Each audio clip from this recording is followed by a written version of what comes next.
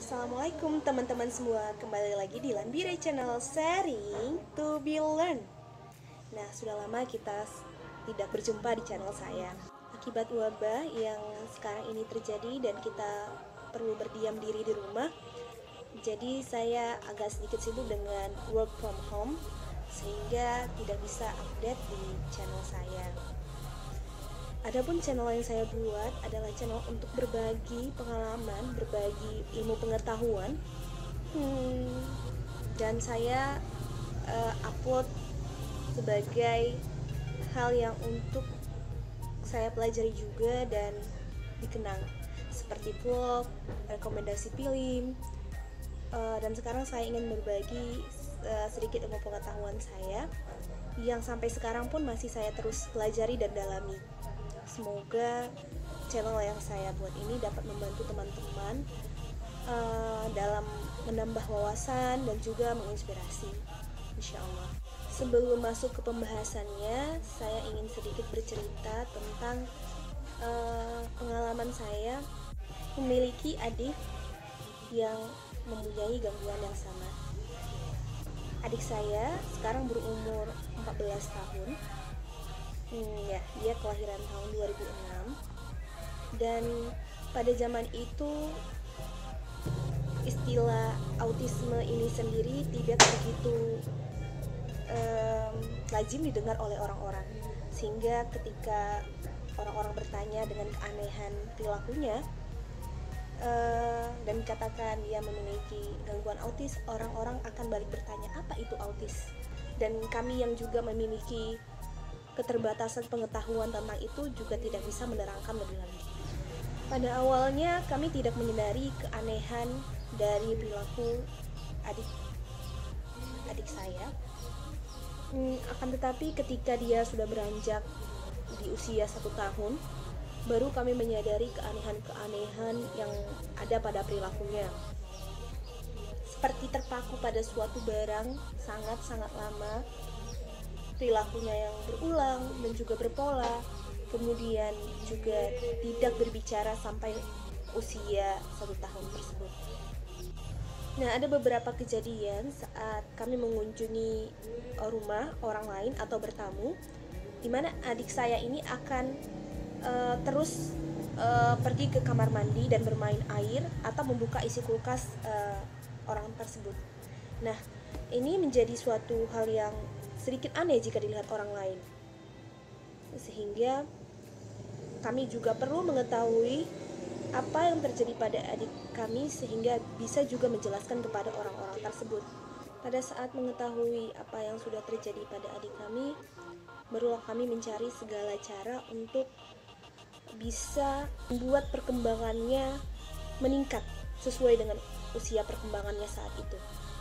Ada beberapa hal yang juga sering dia lakukan, seperti melukai diri sendiri dan melukai orang lain. Pada usia 1 sampai usia 7 tahun, dia juga sering memukul kepalanya, memukul orang lain, meranggut atau menjambak rambut, menggigit orang, bahkan menggigit benda yang ada di sekitarnya. Akhirnya saya memutuskan untuk mendalami apa sih autisme ini sebenarnya. Di kesempatan ini saya ingin berbagi tentang pengetahuan dasar seputar apa sih itu autisme.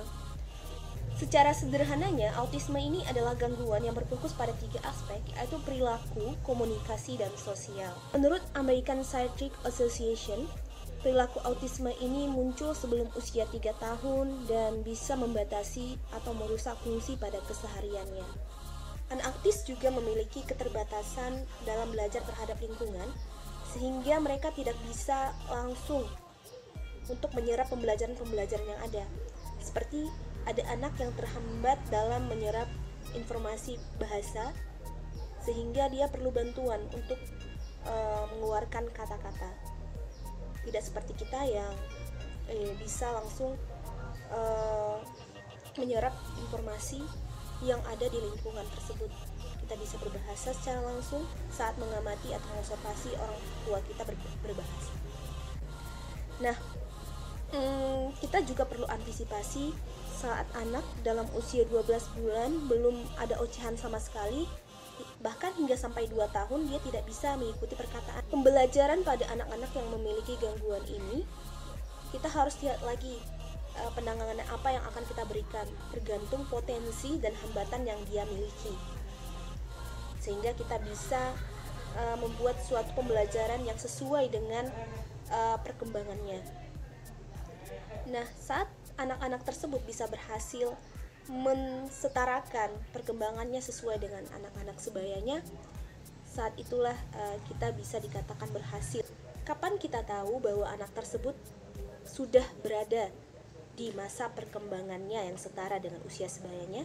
Nah, hal ini bisa kita lihat dari beberapa alat tes psikologi yang ada, alat tes yang mengukur intelijensi, perilaku, setingkat apa anak tersebut bisa bertindak atau berperilaku. Tapi pembelajaran tidak sampai berhenti di situ, di mana mereka juga harus terus-menerus mengulang apa yang telah mereka pelajari sehingga kemampuan ini tidak menurun dan tetap mempelajari hal baru sehingga bisa terus berkembang. Sama halnya dengan kita juga selama kita masih hidup, kita tetap harus belajar apapun itu yang bisa membuat diri kita menjadi lebih baik lagi. Sebenarnya banyak lagi hal yang ingin saya bagikan, akan tetapi untuk pengetahuan sederhana ini, mungkin perkenalan singkat ini sudah cukup. Jika ada kesempatan lagi, saya akan membahas lebih dalam tentang sejarah autisme ini sendiri.